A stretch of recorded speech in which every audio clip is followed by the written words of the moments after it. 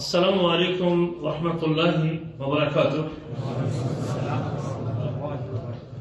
الحمد للہ رب العالمین والعاقبۃ للمتقین والصلاة والسلام علی سیدنا وحبیبنا محمد وعلی آلہ واصحابہ اجمعین، اما بعد فاعوذ باللہ من الشیطان الرجیم۔ یا ایھا الذین آمنوا اذا قمتم الی الصلاة فاغسلوا وجوہکم وایدیکم الی المرافق وامسحوا برؤوسکم وارجلکم الی الکعبین۔ گرامی قدر بھائیوں اور لائق احترام ساتھیوں، ہم نے پچھلی مجلس میں مسواک اور وضو کے فضائل کے حوالے سے چند احادیث آپ کے سامنے ذکر کی تھی، اس دعا کے ساتھ کہ مجھے وضو کرتے وقت میرا رب وضو کرنے سے جو اجر، جو ثواب، جو نیکی میری جھولی میں اللہ ڈالنا چاہتے ہیں، میں اس اجر کو سمیٹ سکوں اور اسے اپنے لیے، اپنی آخرت کے لیے جمع کر سکوں۔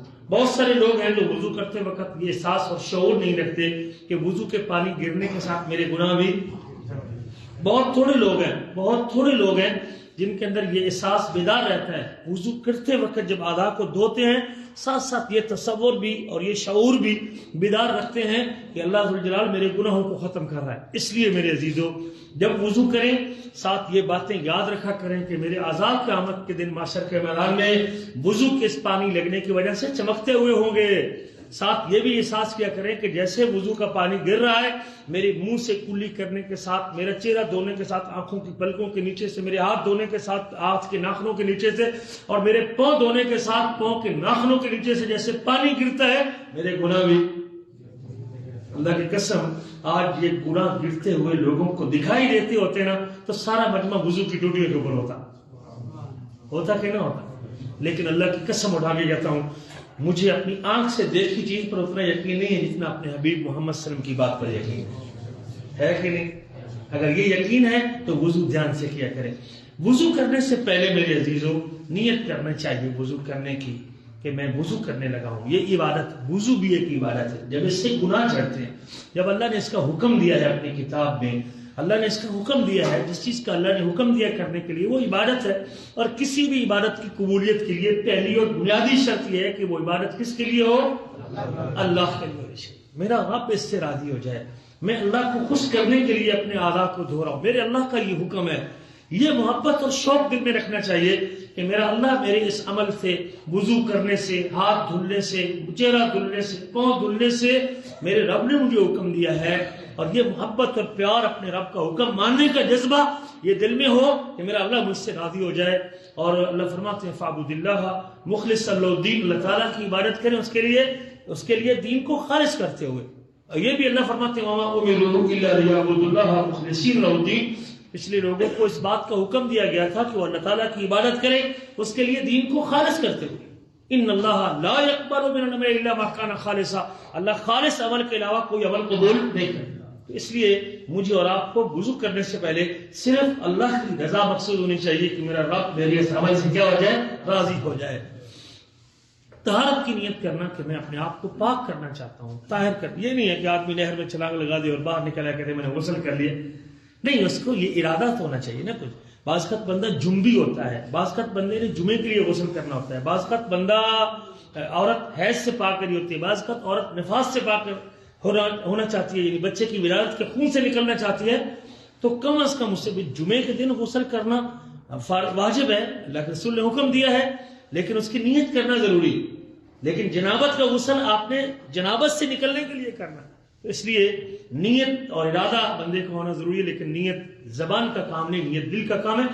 نیت اس لیے کہ نبی کریم کا ارشاد گرامی ہے انما الاعمال بالنیات، اعمال کا دار و مدار نیتوں پر ہے۔ یہ صحیح بخاری کی سب سے پہلی حدیث ہے، کتاب بدء الوحی، باب کیف بدأ الوحی، باب کیف کان بدء الوحی، وحی کا آغاز کیسے ہوا تھا۔ اور امام بخاری اپنی صحیح بخاری میں اس حدیث کو سب سے پہلے ذکر کر کے یہ بتانا چاہتے ہیں کہ میں یہ کتاب جو 7000 کے قریب حدیثوں پر مشتمل ہے، اس لیے لکھنا چاہتا ہوں کہ میرا اللہ مجھ سے راضی ہو جائے۔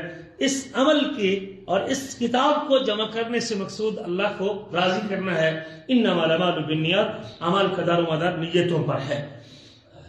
اور اس کے بعد بھی حدیث کا یہ چھوٹا سا ٹکڑا ہے، آپ نے پھر مثال دے کے سمجھایا کہ من کانت ہجرتہ الی اللہ ورسولہ فہجرتہ الی اللہ ورسولہ، جس بندے نے مکے سے مدینے تک کا سفر دنیا کے لیے کیا یا کسی عورت سے شادی کرنے کے لیے کیا تو وہ دنیا کا مفاد تو حاصل کر لے گا، وہ کسی مدینے کی خاتون سے شادی تو کر لے گا، لیکن اللہ تعالیٰ کے ہاں اجر لینا چاہتا ہے تو اس کی نیت یہ ہونی چاہیے کہ میرے اس سفر سے میرا اللہ راضی ہو جائے اور میں اپنے حبیب اور اپنے ہادی اور اپنے سید اور اپنے رسول حضرت محمد صلی اللہ علیہ وسلم کی اتباع کرنا چاہتا ہوں۔ وضو کی نیت زبان سے کرنا یہ بدعت ہے جو کسی سے حدیث سے ثابت۔ میں نیت کرتا ہوں وضو کرنے کی، میں ارادہ کرتا ہوں وضو کرنے کا، اس قسم کے الفاظ بولنے یہ رسول کریم کا طریقہ نہیں، اللہ کے رسول صلی اللہ علیہ وسلم سے ثابت نہیں ہے۔ نیند سے جاگنے والا آدمی جب اٹھے اپنی نیند سے بستر سے نکلنے کے بعد سب سے پہلے اس کو اپنا ہاتھ برتن میں ڈالنا چاہیے، رسول کریم کا فرمان ہے، اسے ہاتھ دھو کے برتن میں ڈالنا چاہیے۔ پہلے تو چلو برتن ہوا کرتے تھے، برتنوں سے بالٹیوں سے لوگ پانی اب بھی یہاں سعودی عرب میں جب پانی گرم ہوتا ہے تو لوگ بالٹی پانی کی بھر کے رکھ لیتے ہیں تاکہ پانی ٹھنڈا ہو۔ دوپہر کے وقت شدید گرم پانی سے وضو کرنا بھی بعض وقت بڑا مشکل ہوتا ہے، تو ایسی صورت میں یہ بعض وقت گرم پانی میں آدمی کو ضرورت ہوتی ہے اور اس کے پاس گیزر نہیں ہوتا تو پانی گرم بھی کر لیتا ہے، گیزر ہو بھی صحیح تو گرم پانی میں یا پانی میں ہاتھ ڈالنے سے پہلے اللہ کے رسول کا حکم یہ ہے کہ جب نیند سے بیدار ہوا ہے، نیند سے بیدار ہونے والا شخص پانی میں ہاتھ ڈالنے سے پہلے اپنے ہاتھ کو دھوئے۔ اذا استيقظ احدكم من نومه، جب تم میں سے کوئی اپنی نیند سے بیدار ہو، فليغسل يده قبل ان يدخلها في وضوئه، اسے چاہیے کہ پانی میں ڈالنے سے پہلے اپنے ہاتھ کو کیا کرے؟ دھوئے۔ جب کوئی نیند سے بیدار، اذا استيقظ احدكم من منامه، جب تم میں سے کوئی نیند سے بیدار ہو، نیند سے اٹھے، نیند سے اٹھنے کے بعد اسے چاہیے کہ اپنا ہاتھ دھوئے، اس سے پہلے کہ اس ہاتھ کو وہ اپنے پانی میں ڈالے۔ وضو کہتے، ایک ہوتا ہے وضو، ایک ہوتا ہے وضو اور ایک ہوتا ہے وضو، زیر زبر سے معنی بدل جاتا ہے۔ وضو کا معنی ہوتا ہے وضو کے لیے پانی جو استعمال کیا جاتا ہے، اور وضو کا معنی ہوتا ہے وضو کرنا، یہ ہاتھ دھونا، منہ دھونا، کلی کرنا، ناک میں پانی ڈالنا، اس عمل کو وضو کہتے ہیں۔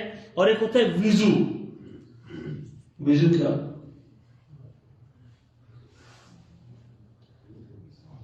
ہاں، جس برتن میں وضو کیا جائے اس کو وضو کہتے ہیں، جس برتن سے وضو کیا جائے اس کو وضو کہتے ہیں، جس پانی سے وضو کیا اس کو وضو کہتے ہیں، اور جو وضو کرنے کا عمل ہے اس کو وضو کہتے ہیں، واو کے پیش کے ساتھ۔ بہرحال یہاں وضو ہی کے الفاظ موجود تھے تو میں نے آپ کو بتا دیا تھا کہ آپ حضرات اسے پڑھنے میں غلطی نہ کریں، اس کو وضو نہ پڑھ دینا، وضو پڑھنا چاہیے، تاکہ جو وہ اپنے پانی میں ہاتھ نہ ڈالے جب تک اپنے ہاتھ کو دھو نہ لے۔ وجہ کیا ہے؟ فَإِنَّهُ لَا يَدْرِي فَإِنَّ أَحَدَكُمْ لَا يَدْرِي أَيْنَ بَاتَتْ يَدَهُ، تم میں سے رات بھر کسی کو کوئی پتہ نہیں نیند کے اندر اس کا ہاتھ کہاں کہاں لگا ہو۔ سمجھ آ گئی حکمت کی؟ رات کو نیند میں اس کا ہاتھ کس جگہ پہ لگا ہو، ممکن ہے شرمگاہ کے لگا ہو، دھوتی پہن کے سونے والے کے زیادہ چانس موجود ہے، اور بعض کا ٹروزر پہن کے سونے والے کے بھی ایسے واقعات موجود ہیں کہ وہ جب خارش ہوتی ہے انسان کو تو نیند میں نہیں پتا ہوتا کہ میرا ہاتھ کہاں گھوم رہا، تو اس لیے جب اسے پتہ ہی نہیں کہ ہاتھ رات کہاں کہاں لگا ہے تو پھر اس لیے اللہ کے رسول نے فرمایا کہ برتن میں ہاتھ ڈالنے سے پہلے اس کو اپنا ہاتھ کیا کرنا چاہیے؟ دھونا چاہیے۔ جو شخص نیند سے بیدار ہو، یہ شرط یہ ہے کہ نیند سے بیدار ہونے والے، اس کو علم نہیں کہ اس کے ہاتھ میں رات کہاں گزار گئی۔ اگر آنکھ پر پینٹ لگا ہوا ہے جس سے پانی دل تک نہیں پہنچ پا رہا تو اسے وضو سے پہلے اتارنا فرض ہے، اگر دل تک پانی نہ پہنچے تو اس کا وضو نہیں ہوتا۔ اللہ کے رسول صلی اللہ علیہ وسلم نے ایک شخص کو دیکھا کہ اس کی ایڑی کے اوپر ایک تھوڑی سی جگہ خشک تھی، فرمایا وَيْلٌ لِلْعَقَابِ مِنَ النَّارِ، وہ ایڑیے جہنم کی آگ میں جلے گی جو وضو کے پانی سے صحیح طرح دھلی ہوئی نہیں، وہ ایڑیے جو خشک ہے وہ جہنم کی آگ میں جلے گی۔ اتنی شدت اور سختی سے اللہ کے رسول نے اس بندے کو وعید سنائی کہ اس بندے کا وہ حصہ جہنم کی آگ میں جلے گا جو وضو کے درمیان صحیح طرح دھلتا نہیں۔ اس لیے یہ تسلی کرنی چاہیے کہ میرے جسم پر، چمڑی پر، پوری چمڑی پر جہاں وضو، جس کو وضو میں دھونا ضروری اور فرض ہے، اس کے اوپر پانی کا پہنچنا ضروری۔ میرے وہ احباب جو پیٹ کا کام کرتے ہیں، بھلے وہ گاڑی کی پیٹ کا کام کرتے ہیں، بھلے وہ عام پیٹ کا کام کرتے ہیں، ان کو وضو کرتے وقت اس کو چاہیے کہ اپنے ہاتھ اعضائے وضو، خاص طور پہ اعضائے وضو یہاں سے لے کر یہاں تک، چہرہ اور باقی پاؤں اور ہاتھ، اس کو یہ کنفرم کرنا چاہیے کہ میرا پیٹ میرے کہیں اس جگہ پہ لگا ہوا، تو جہاں پیٹ لگا ہوتا ہے وہاں پانی نیچے۔ وہ خواتین جو نیل پالش استعمال کرتی ہیں، اس طرح نیل پالش بھی جلد کو، پانی کو جلد تک پہنچنے سے روکتی ہے، اور اسے بھی وضو سے پہلے اتارنا فرض ہے، اس کے لیے تو ریموور موجود ہے۔ جب نیل پالش کے لیے ریموور موجود ہیں، آپ بھی اپنے پاس پیٹرول استعمال کر سکتے ہیں، یا کوئی اور تھنر وغیرہ ہے موجود ہے، یا کوئی اور ایسا ریموور ملتا ہے کیمیکل وغیرہ، جیسے آپ اپنے اس جگہ کو دھو سکتے ہیں، وہاں سے رنگ کا اثر ظاہر کر سکتے ہیں، تو آپ کے لیے وہ کرنا ضروری ہے، کیونکہ اللہ کے رسول صلی اللہ علیہ وسلم نے وضو کے اعضاء میں سے جس عضو کو دھونا ضروری ہے اس کا خشک رہنا یہ جائز نہیں۔ وضو کا طریقہ کیا ہے؟ رسول اللہ صلی اللہ علیہ وسلم وضو جب کرتے تھے تو وضو کرنے سے پہلے بسم اللہ پڑھتے تھے۔ کیا پڑھتے تھے؟ بسم اللہ، بس اتنا سا، بسم اللہ کے الفاظ ہیں۔ حدیث سنن نسائی میں ہے، کتاب الطہارہ، باب التسمیہ عند الوضو، باب وضو کے وقت تسمیہ کر۔ تسمیہ کسے کہتے ہیں؟ تسمیہ کسے کہتے ہیں؟ بسم اللہ پڑھنے کو تسمیہ کہتے ہیں، بسم اللہ پڑھنے کو تسمیہ کہتے ہیں، تسمیہ کا معنی بسم اللہ پڑھنا۔ باب التسمیۃ عند الوضو، یہ امام نسائی نے اپنی کتاب سنن نسائی میں اور اس کی کتاب الطہارہ میں یہ پورا ہیڈنگ قائم کیا۔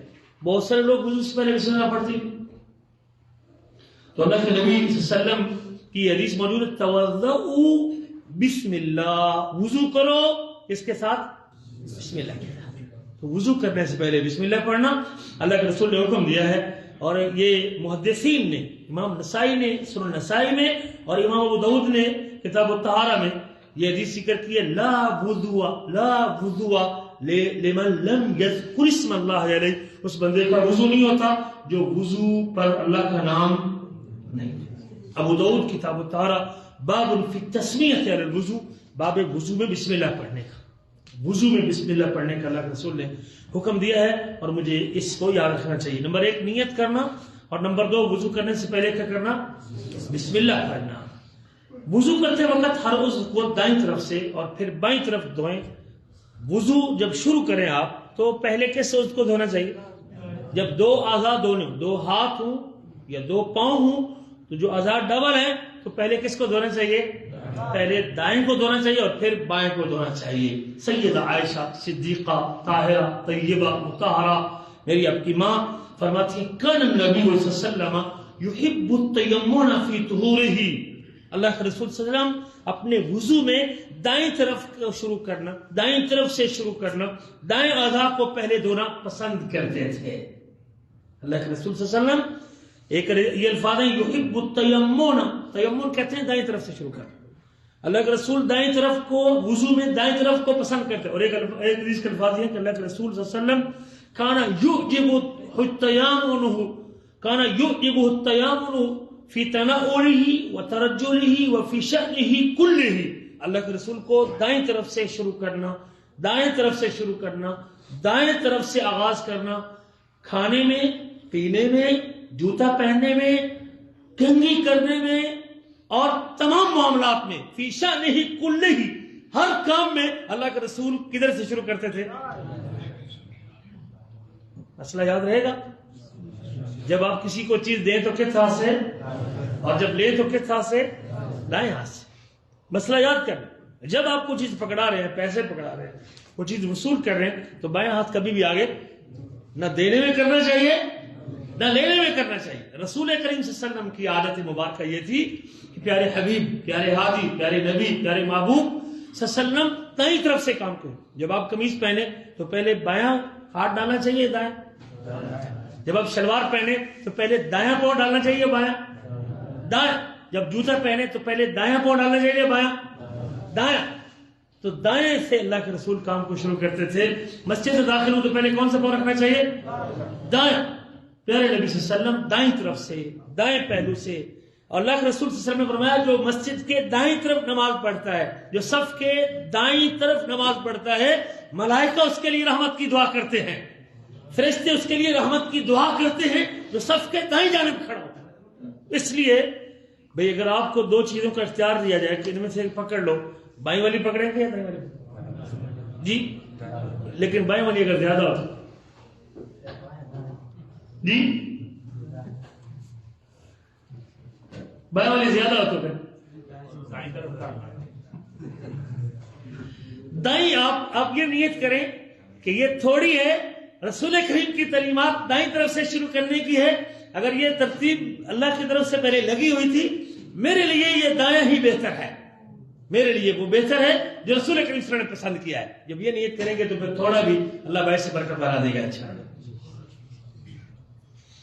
تو یہ مسئلہ بھی یاد رکھیے گا. اللہ کے رسول صلی اللہ علیہ وسلم طہارت میں دائیں طرف سے شروع کرنا پسند کرتے تھے. دایاں ہاتھ پہلے اور پھر دایاں پاؤں پہلے. یہ پیارے نبی صلی اللہ علیہ وسلم کی عادت مبارک تھی. وضو کرتے وقت اپنے دونوں ہاتھوں کو کلائیوں تک دھوئیں. اپنے دونوں ہاتھوں کو کلائیوں تک. یہ کلائی ہوتی ہے, یہ ہاتھ ہے پورا, اس کو ہاتھ کہتے ہیں عربی زبان میں. یہ انگلی سے لے کر اس کونی تک کے اس حصے کو ہاتھ کہتے ہیں. یہ اسے یہ ٹرم ہے ہاتھ کی. ایک ہاتھ, دو ہاتھ, تین ہاتھ, چار ہاتھ. اس کو پیمائش کے لیے لوگ پہلے استعمال کرتے تھے کہ نہیں کرتے تھے؟ جب یہ فٹ نہیں تھے نا اور میٹر نہیں تھے تو لوگ اس وقت ماپنے کے لیے ہاتھ استعمال کرتے تھے. ایک سرکنڈا وغیرہ استعمال کرتے تھے, اس کا ماپ بنا لیتے تھے یہاں سے لے کر یہاں تک, اور پھر اس ماپ کے ذریعے لوگ دیواریں بھی ماپتے تھے, پیمائشیں بھی کرتے تھے. تو اسے کہتے ہیں ذراع. تو یہ اس کو بھی ید کہتے ہیں اور اس پورے کو بھی ید کہتے ہیں. لیکن عام طور پہ جب اس کو ید کہا گیا تو ساتھ حکم دیا گیا کہ کونیوں تک. کہاں تک؟ کونیوں تک کی حد مقرر کیے گئے کہ اپنے ہاتھوں کو دھوو کونیوں تک. لیکن جو پہلی مرتبہ وضو کے شروع میں اپنے ہاتھوں کو دھوئیں گے تو پونچھوں تک دھوئیں گے, یا کلائی. اس کو پونچھوں تک بھی کہتے ہیں, کلائی تک بھی کہتے ہیں. یہ ہے کلائی, جہاں گھڑی باندھتے ہیں نا اس کو کلائی کہتے ہیں. تو اپنے دونوں ہاتھوں کو آپ یہ دھوئیں گے کلائیوں تک. صحیح بخاری کتاب الوضو باب غسل رجلین الی الکعبین, باب ہے اپنے پاؤں کو ٹخنوں تک دھونے کا. تو اس میں یہ امام بخاری حدیث, مسلم کے اندر بھی حدیث موجود ہے. ہاتھ اور پاؤں دھوتے وقت پوروں کو اچھی طرح مل کے دھونا چاہیے. ہاتھ اور پاؤں دھوتے وقت یہ پورے ہیں آپ کے, ان کو دھونا چاہیے. آپ کے جو پورے ہیں ان کو ضرور دھونا چاہیے اچھی طرح. یہ جب بند رہتے ہیں تو پھر یہ چانس ہوتا ہے کہ اس کے ان سلوٹوں کے اندر ممکن ہے پانی نہ لگے, تو ان کو اچھی طرح دھونا چاہیے. اس کو غسل البراجم کہتے ہیں. نبی کریم کا فرمان گرامی ہے, اور آپ کا فرمان ہے 10 چیزیں فطرت میں ہیں, اور ان میں سے ایک انگلیوں کے پوروں کو دھونا. اور یہ ایک چیز ہے. ان 10 چیزیں جو فطرت میں شامل ہیں وہ انگلیوں کے پوروں کو دھونا بھی ہے. ہاتھوں کی انگلیوں کے درمیان خلال کریں. ہاتھ جب دھل لیں یہاں تک تو یہ کوشش کریں کہ اس کو یہاں تک جو کیا کرنا چاہیے, یہ خلال کرنا چاہیے, تاکہ بیچ میں کوئی جگہ خشک. اگر یوں کر کے آپ دھوئیں گے ہاتھ تو پھر امکان ہے کہ اس کے بیچ میں پانی, جی اس لیے پھر مجھے اور آپ کو ایسے کرنا چاہیے تاکہ یہ بیچ کی جگہ بھی خشک. ہاتھ دھوتے وقت یہ طریقہ نہیں ہونا چاہیے اس طرح کر کے دھو لیں آپ. طریقہ ہونا چاہیے کہ یہ بھی دھو لیں باہر سے بھی, اور بیچ میں انگلیوں کے بیچ میں بھی انگلی پھیر لیں تاکہ اندر کی کوئی جگہ خشک نہ رہ جائے. اسے کہتے ہیں خلال کرنا. ابو داؤد کتاب الطہارہ باب استنصار میں یہ حدیث موجود ہے.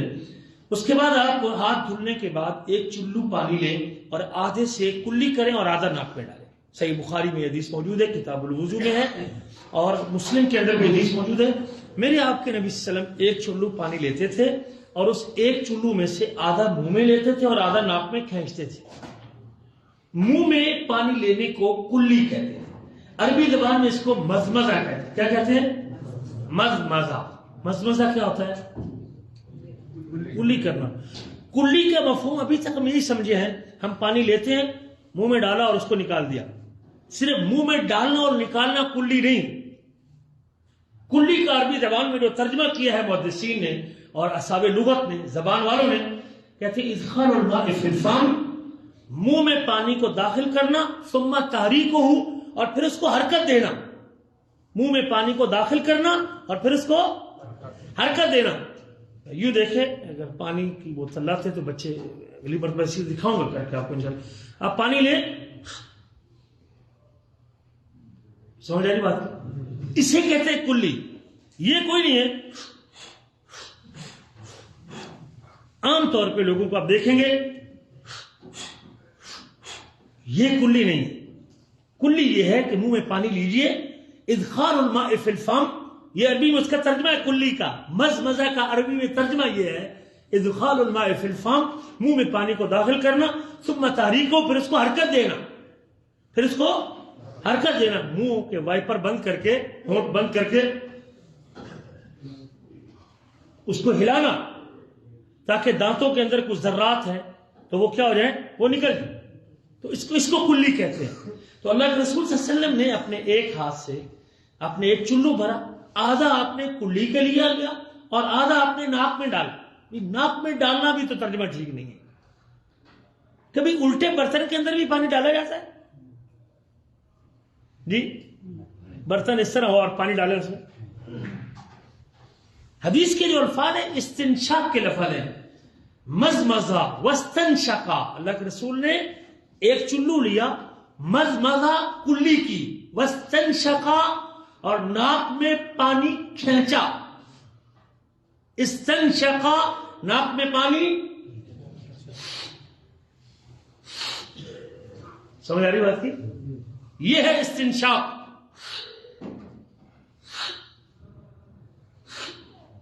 ورنہ آپ 1 گھنٹہ پانی ڈالتے رہیں، جائے گا پانی؟ پانی نہیں جائے گا بھائی.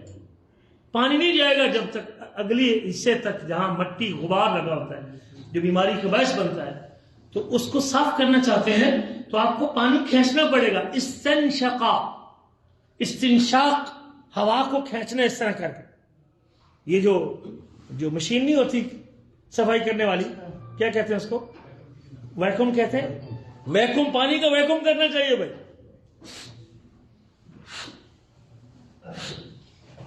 ناک میں پانی کھینچنا. حدیث کے جو الفاظ ہیں استنشقا، استنشاق کا معنی ہوتا ہے پانی کھینچنا، یعنی ناک کی ہوا کے ساتھ پانی کھینچی.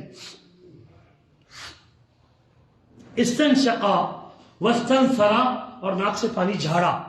استنثار کا معنی ہے ناک سے پانی جھاڑنا.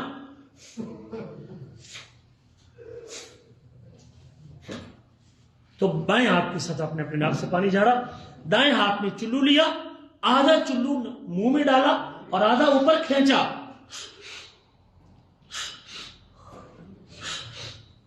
آدھا چلو ایک چلو بھرا اور آپ صلی اللہ علیہ وسلم نے آدھا کلی کے لیے لیا اور آدھا ناک میں کھینچا. اور ایک چلو کے ساتھ آپ نے 3 مرتبہ یہ عمل کیا. ایک طریقہ جو صحیح بخاری میں موجود ہے، آپ نے ایک چلو لیا، مزمزہ واستنشقا کلی کی اور ناک میں پانی کھینچا، من غرفۃ واحدۃ ایک ہتھیلی کے ساتھ. دونوں کام ایک ہتھیلی کے ساتھ. کتنی مرتبہ؟ ثلاثاً، 3 مرتبہ. یہ صحیح بخاری کے الفاظ موجود ہے میرے عزیزو، صحیح بخاری میں الفاظ موجود ہے. اللہ کے رسول نے ایک چلو پانی کو آدھا کلی کے لیے لیا اور آدھا ناک میں کھینچا اور پھر بائیں ہاتھ سے اسے جھاڑا اور پھر آپ نے یہ عمل 3 مرتبہ کیا. ایک طریقہ تو یہ ہے. اور دوسرا طریقہ جو عام طور پہ لوگوں میں رائج ہے کہ 3 مرتبہ پہلے کلی کرتے ہیں اور پھر 3 مرتبہ الگ ناک کے لیے پانی لیتے ہیں. یہ بھی ایک روایت موجود ہے، اگرچہ اس کی سند اتنی مضبوط یا پائے کہ نہیں ہے، لیکن اس کی بنا پر افضل، بہتر، اولا یہ ہے صحیح بخاری کی حدیث کے مطابق.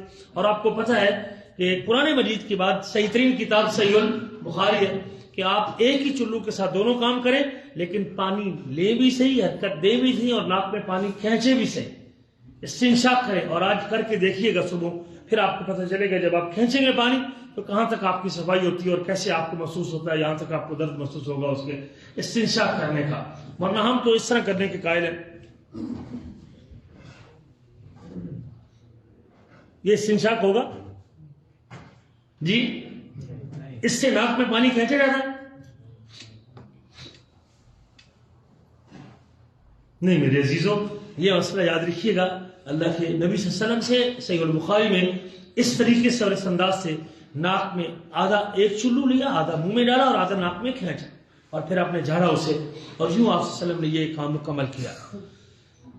ناک اور منہ کے لیے علیحدہ علیحدہ پانی لینا بھی جائز ہے، جیسے میں نے ذکر کیا تاریخ الکبیر میں ابن ابی خیثمہ کے حوالے سے ان کی کتاب میں یہ موجود، حسن درجے کی میں موجود ہے. لیکن زیادہ افضل اور اولا یہ ہے کہ ایک چلو سے 3 مرتبہ یہ کام کیا جائے. اور اس طرح کریں گے پھر 6 مرتبہ ہو جائے گا. اگر الگ الگ دونوں کام کریں گے پھر کتنی بار ہو جائے گا؟ پھر 6 مرتبہ ہو جائے گا. ناک میں پانی ڈالتے وقت مبالغہ کریں، یعنی اوپر تک پانی چڑھائیں. اگر روزہ ہو تو پھر مبالغہ نہ کریں. اگر روزے کی حالت میں ہے تو پھر زیادہ پانی کھینچنا نہیں چاہیے، لیکن روزہ نہیں تو پھر بندے کو وضو ہو یا غسل ہو. کچھ لوگ کہتے ہیں کہ غسل کے اندر تو کچی ہڈی تک پانی جانی چاہیے اور غرغرہ بھی کرنا چاہیے آخر تک، جبکہ ایسا فرق وضو اور غسل میں اللہ کے نبی سے ثابت نہیں ہے. دونوں بھائی وضو اگر عام کر رہے ہیں یا غسل کا کر رہے ہیں، اور آگے غسل کے طریقے میں آئے گی یہ بات انشاءاللہ، یا آپ جو ہے نا کلی کر رہے ہیں، دونوں صورتوں میں پانی کو گھمانا ہر وضو کے لیے ضروری، اور ہر وضو میں اللہ کے نبی کا طریقہ یہ ہے، اور ناک میں پانی کھینچنا صرف ایک صورت ہے جس میں آپ پانی زیادہ زور سے نہ کھینچے. کون سی صورت؟ روزے کی حالت میں نہ کھینچے. روزے میں آپ نے روکا، ابو داؤد کی حدیث موجود ہے. نیند سے بیدار ہونے کے بعد جب وضو کیا جائے تو پانی چڑھا کر 3 بار ناک جھاڑنا چاہیے. نیند سے بیدار ہونے کے بعد جب وضو کیا جائے تو پھر آدمی کو ناک میں پانی چڑھا کر 3 بار جھاڑنا چاہیے، کیونکہ شیطان ناک کے باطنے کی ہڈی میں رات گزارتا ہے. شیطان اس ہڈی کے اندر رات گزارتا ہے، رات کو شیطان اس ہڈی کے اندر گزارتا ہے. یہ حدیث اللہ کے رسول کی صحیح بخاری میں حدیث ہے.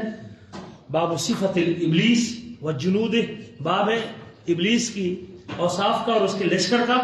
تو وہ اللہ کے رسول فرماتے ہیں یہ اس لیے ناک پہ پانی کھینچنا چاہیے تاکہ شیطان اس کی ہڈی سے نکل جائے. شیطان اس ہڈی کے اندر رات گزارتا ہے. بعض لوگ کہتے ہیں کہ کلی اور ناک میں پانی ڈالنا وضو میں سنت ہے جبکہ غسل میں فرض ہے. نہیں، دونوں میں مبالغہ کرنا چاہیے. غسل میں مبالغہ کرنا چاہیے، وضو میں نہیں کرنا چاہیے. نہیں، ایسی بات نہیں ہے. یہ بات جو اوپر حدیث گزری ہے اس میں دونوں کے لیے ایک ہی حکم ہے، غسل ہو یا وضو ہو ناک میں پانی اہتمام سے چڑھانا چاہیے، سوائے اس کے بندہ روزے کی حالت میں ہو. ناک کو بائیں ہاتھ سے 3 مرتبہ جھاڑیں، صاف کریں. جب آپ پانی ڈالیں گے تو اس کو جھاڑنے کے لیے بھی آپ اس طرح کریں گے. صحیح بخاری میں یہ حدیث بھی موجود ہے. پھر 3 مرتبہ آپ چہرہ دھوئیں، چلو لیں اور چلو لینے کے بعد اپنے چہرے کو دھوئیں 3 مرتبہ. اللہ کے رسول صلی اللہ علیہ وسلم یہ آئے گا آگے وضو کے مسائل میں سے ایک مرتبہ دھونا بھی جائے. فرض 1 مرتبہ ہی ہے، فرض 1 مرتبہ ہی ہے. مستحب ہے 3 مرتبہ کیا جائے. 2 مرتبہ مستحب ہے، 3 مرتبہ مستحب ہے، 1 مرتبہ واجب اور فرض. دونوں کے فرق کا پتہ ہے؟ دونوں کے فرق کا پتہ ہے؟ واجب اور فرض اور مستحب کے فرق کا پتہ ہے؟ بتائے گا جی، بتائیے. فرض ہے اگر آپ نہیں کرو گے ثواب ہے، نہیں کرو گے گناہ ہے. کرو گے تو ثواب ہے، نہیں کرو گے تو گناہ. مستحب وہ اگر کرو گے تو ثواب ہے، نہیں کرو گے گناہ. یعنی 3 مرتبہ دھوئیں گے تو ثواب ہے، نہیں دھوتے تو گناہ. لیکن 1 مرتبہ دھونا فرض ہے. اگر آپ 1 مرتبہ بھی نہیں دھوئیں گے تو آپ کا وضو نہیں. یہ فرق سمجھنا ضروری ہے. 3 مرتبہ چہرہ دھوئیں گے، چہرہ یہاں سے لے کر یہ حصہ اور یہ پورا. اگر تو داڑھی نہیں تو پورا چہرہ دھوئیں گے، اور داڑھی ہے تو پھر بھی داڑھی کا خلال کریں گے. 1 چلو پانی لے کر تھوڑی کے نیچے داڑھی میں داخل کریں اور خلال کریں. داڑھی کا خلال کریں. داڑھی کا، جس کی داڑھی کوئی نہیں جی، وہ زندگی بھر غریب خلال سے گیا جی.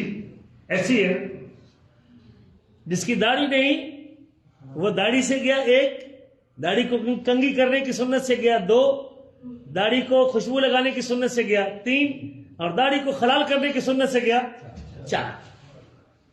نہ رہے بانس نہ بجے بانسری. نہیں میرے عزیزو، رسول کریم صلی اللہ علیہ وسلم کے وضو میں داڑھی کو خلال شامل تھا کہ نہیں شامل تھا؟ اور جس بندے کی داڑھی کوئی نہیں وہ غریب تو رہ گیا نا، اس کا خلال ہی کوئی نہیں. سنت کے مطابق اس کا وضو پورا نہیں ہو رہا. تو جب اللہ کے رسول صلی اللہ علیہ وسلم کے وضو میں داڑھی کو خلال کرنا بھی شامل تھا تو میرے وہ احباب جو داڑھی کو چہرے پہ بچنے نہیں دیتے ان کو اللہ سے توبہ کرنی چاہیے اور اس کبیرہ گناہ سے بچنا چاہیے اور اس سنت کو چہرے پہ سجانا چاہیے. یہ بہت بڑی کوتاہی ہے لوگوں کی، بہت بڑی کوتاہی ہے داڑھی کے معاملے میں، اور ہمیں اس سے توبہ کرنی چاہیے اور معافی مانگنی چاہیے. پھر آپ دائیں ہاتھ کونی سمیت دھوئیں. کونی سمیت، دایاں ہاتھ کونی سمیت دھوئیں. ایک بہت بڑی غلطی ہے کہ جب ہم دوبارہ دھوتے ہیں نا تو اس حصے کو چھوڑ دیتے ہیں. صرف کہاں دھوتے ہیں؟ صرف بازو دھوتے ہیں، لیکن ہاتھ کو دوبارہ نہیں دھوتے. جبکہ یہ پورا دھونا چاہیے بھائی، آپ یہ پورا دھونا چاہیے. وہ پہلے آپ نے دھویا ہے تو یہ سمجھ کے دھویا ہے، سنت ہے پہلا دھونا فرض نہیں ہے. وہ سنت اس لیے ہے کہ آپ نے اعضائے وضو کو دھونے کے لیے ان کو صاف کیا ہے. لیکن اب جو اللہ تعالیٰ نے کہا ہے اپنی کتاب میں